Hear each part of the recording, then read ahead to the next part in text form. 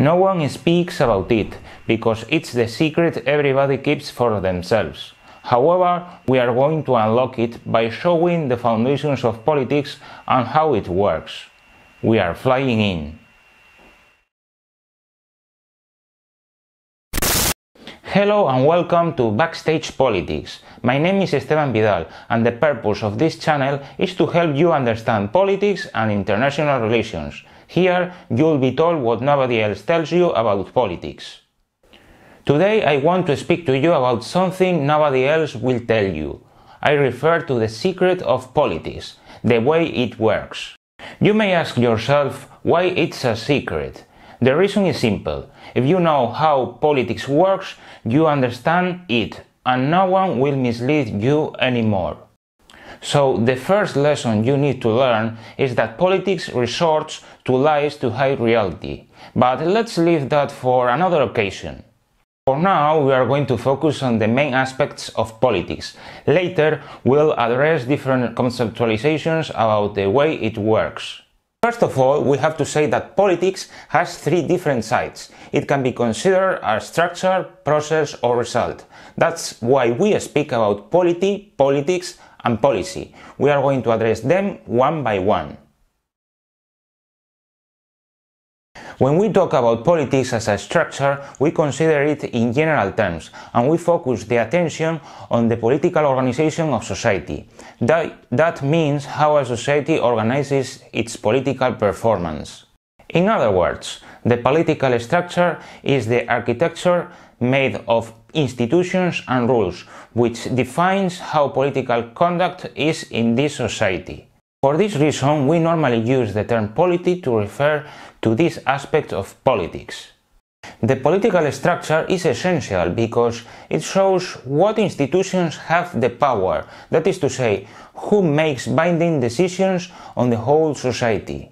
And it also defines the rules to decide who wields power. We refer to tradition, force, election, and so on. It focuses the attention on the types of political organization, both at the domestic and international levels.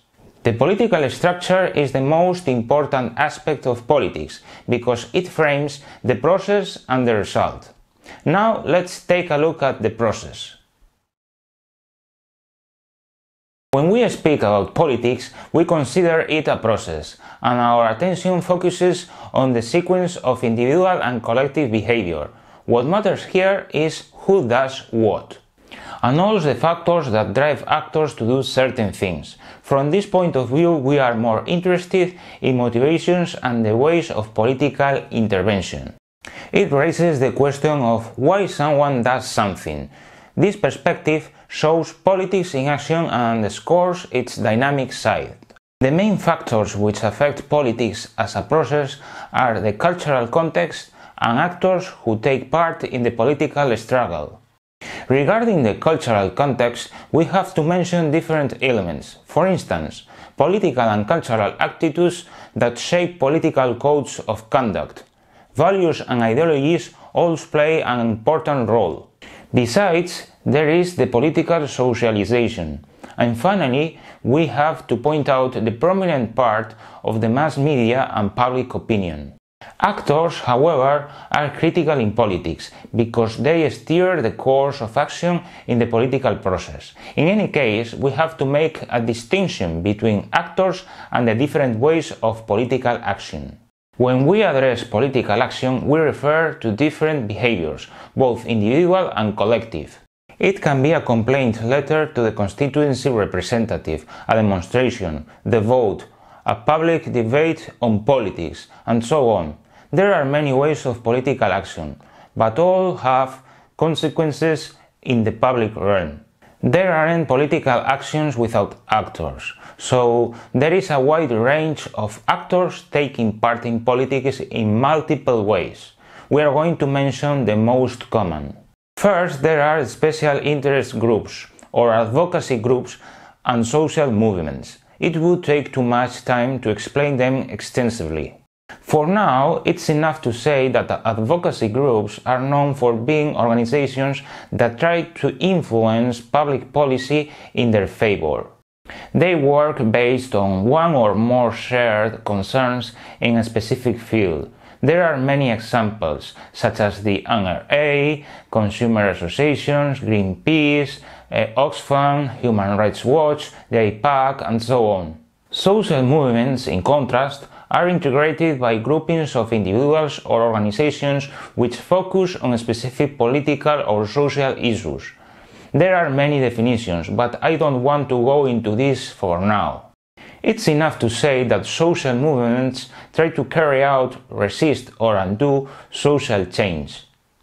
There are several examples, such as the environmentalist movement, the labor movement, the peace movement, the anti-nuclear movement, and many more. Secondly, we find political parties. They are an important actor, but controversial. A political party is an organized group of people with the same ideology or political stance, and its purpose is to form a government and implement its agenda. Every party strives to rule and lead the country, and because of this, they usually are the protagonists of politics. There are many examples of political parties all around the world. I come up with the Democratic and the Republican parties in the United States, or the Labour and the Conservative parties in the United Kingdom. Finally, we have to consider the press another political actor. The fourth estate is not just an instrument to inform the public opinion, but also an actor with its interests. Its influence on politics is well known due to its capability to frame political issues. In contemporary societies, the mass media monopolize the attention of the public and accumulate a vast amount of power by reaching large numbers of people. In this way, the fourth estate shapes public opinion. It also uses its influence to build alliances with other relevant actors, such as pressure groups, political parties, individuals, and so on. The importance of the mass media is different depending on the country. For instance, in those nations without a free press, the mass media is the conveyor belt of government messages. There are several examples, such as in famous political regimes like North Korea, Cuba, and other similar dictatorships. As we have seen, these actors take part in politics in many different ways, but all of them pursue a real impact on official institutions, and especially in the political decision-making process. That means the public policy, the result of politics. When we speak about the result of politics, we have to address public policy. It is relevant because of the critical impact it has on society, especially in the citizens' daily life. Public policy is designed and implemented by the government, and it's the consequence of a previous political process in which interactions between different actors shape the outcome. In some way, we can say there is a black box, which is the realm where officials make binding decisions. The black box collects the inputs from the surroundings to transform them into outputs in the form of decisions and actions. These are public policies. The policy of any official institution transforms the social and political environment, and it triggers a series of changes that boost new inputs, and the cycle restarts. The political decision-making process depends on the structure of society, and what decisions are taken depends on the political process and therefore on the interactions between different actors. As you can see, public policy is constrained by various factors at different levels. However, public policy is compulsory because institutions enforce it. Usually, public policies are laws, and in this way they regulate social relations by forbidding or controlling certain behaviors. And they also develop distributive activities. In general, public policies operate in a scope that includes education, security, economy, and so on. We've seen different sides of politics so far, as a structure, process, and result. Now it's time to take one step beyond! Yeah, that's it. If you give value at this video so far, can you subscribe and smash the like button? let's back to the video. Now we are going to address the conceptualization of politics. And to explain this, we are going to resort to metaphors to visualize the different ways of understanding politics. I refer to 3 images. Besides, I'll add one more metaphor at the end of the discussion. The first metaphor considers politics as a machine. It means a set of springs, levers, cogs, and gears working together. Consequently, the activation of these springs and levers unleashes a series of effects. These results stem from an unavoidable causal determination. So politics is mechanical, and as such, it has machinery that works based on deterministic causal relations. This image is familiar with the rationalist philosophy of authors such as Thomas Hobbes or Isaac Newton, who consider the world's functioning in mechanical terms. The second metaphor considers politics as a living organism. Hence, political structures are like organisms, and they develop new organs to satisfy specific functions, because this is the result of adaptation to the external environment to survive. In this case, the organism extracts resources from the surroundings. At the same time, it provides something valuable to the environment to justify its existence. This image has its inspiration in biology and explains the evolution of the political realm in the same way as species, with their formation, development, and extinction. The third metaphor is the market. This image considers politics as a space where interchange happens. The market is based on a set of customs and rules which make it work. Moreover, the behavior in this environment is rationally oriented.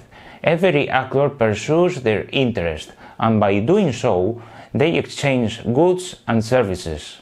Therefore, political activity develops in rational terms. Then, this political structure has its origins in the permanent adjustment of actors' interests. And we get to the final and most compelling metaphor. But before moving on, don't forget to subscribe and click the bell so you don't miss anything. The final metaphor is the play.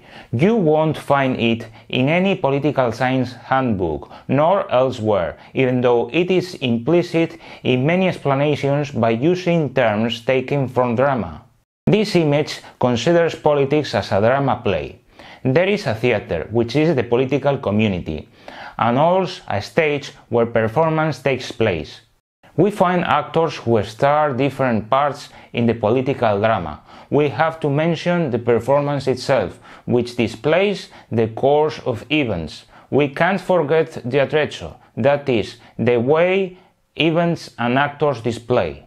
Of course, there is a public witnessing the performance, and sometimes members of the public are taken on stage. Besides this, we find an orchestra lifting up the scene.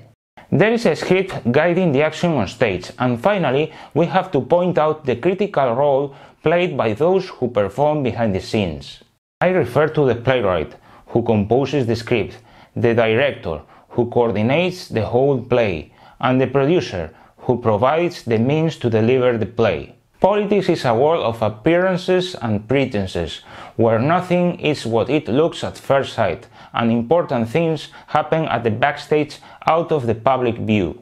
So the image of politics as a play supplies a different approach that connects with the ambiguity of human beings. Ultimately, we are neither machines, cells, or sheer rational automatons. Question of the day.